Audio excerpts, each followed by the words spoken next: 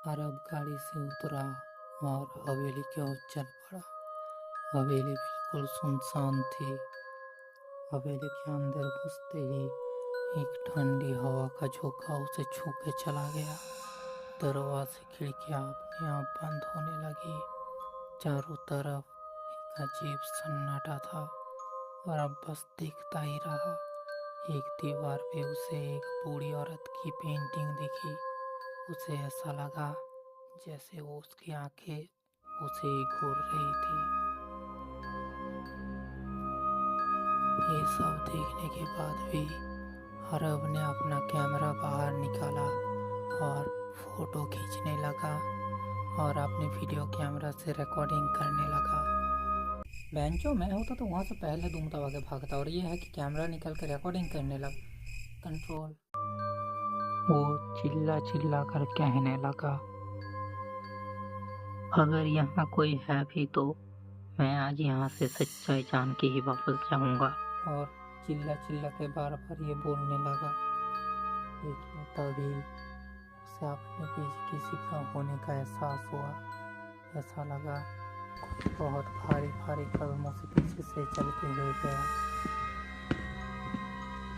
और अब इसी तरह से हवेली में चारों तरफ घूमने लगा, अपना कैमरा ऑन किए। बेंचू से डर फिर लगता नहीं है क्या? मैं होता तो पहले ही भाग जाता यहाँ से। ऐसे करते ही करते आधी रात हो गई और तभी अरब को हवेली के चारों तरफ से फुसफुसाने की आवाज़ आने लगी। ऐसा लगा जैसे अचानक से हजारों लोग हवेली के अंदर बातें करने लग गए हैं।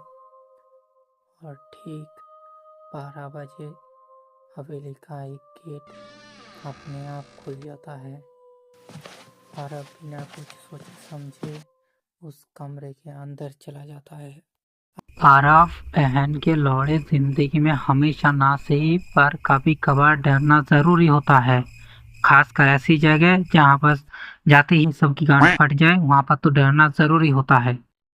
कमरे के अंदर जाते ही अरब को एक पुराना सोफा दिखा जिसपे कोई तो बैठा हुआ था दीवार की तरफ मुंह करके।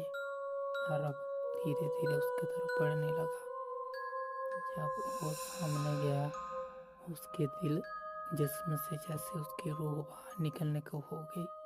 उसने देखा सोफे पे वही बूढ़ी औरत बैठी थी जिसकी फोटो बाहर दीवार पे थी। अरब का कैमरा सभी इंसिडेंट्स को रिकॉर्ड किए जा रहा था, पर तभी अचानक से उसका कैमरा पूरी तरह से बंद पड़ गया। उसने अपना मोबाइल फ्लैश चलाने की कोशिश की, लेकिन मोबाइल पूरी तरह से बैटरी डाउन हो गई। और फिर बस चारों तरफ जोर जोर से हंसने की आवाज़ गूंजने लगी। और आवाज़ इतनी डरावनी थी, इतनी इंटेंस थी कि बाहर खड़े किसी भी आदमी की रूह उसके जिस्म से निकल जाती।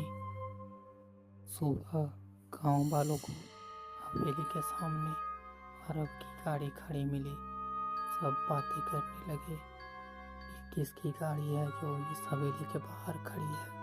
तभी हवेली के अंदर से अरब का कैमरा गिरता हुआ आया, जिसमें पिछली रात की आखिरी रिकॉर्डिंग थी, जिसमें बस अरब की चीखें, उसका डरा हुआ चेहरा और एक धीमी आवाज़ थी जो यहाँ आता है दोबारा नहीं जाता, हमेशा के लिए मुझमें समा जाता है।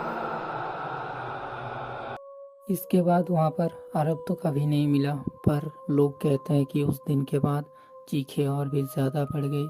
हर रात लोगों को एक गाड़ी की आवाज़ सुनाई देती है और रोज़ रात के हर किसी के दरवाजे पे कोई तो आता है दस्तक देने और सबको बाहर बुलाता है।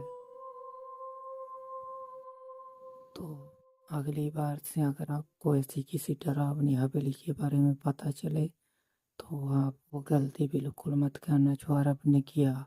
कहीं ऐसा ना हो उसकी कहानी का सच्चाई जानने की कोशिश करते हुए आपको कोई कहानी बन के रह जाए।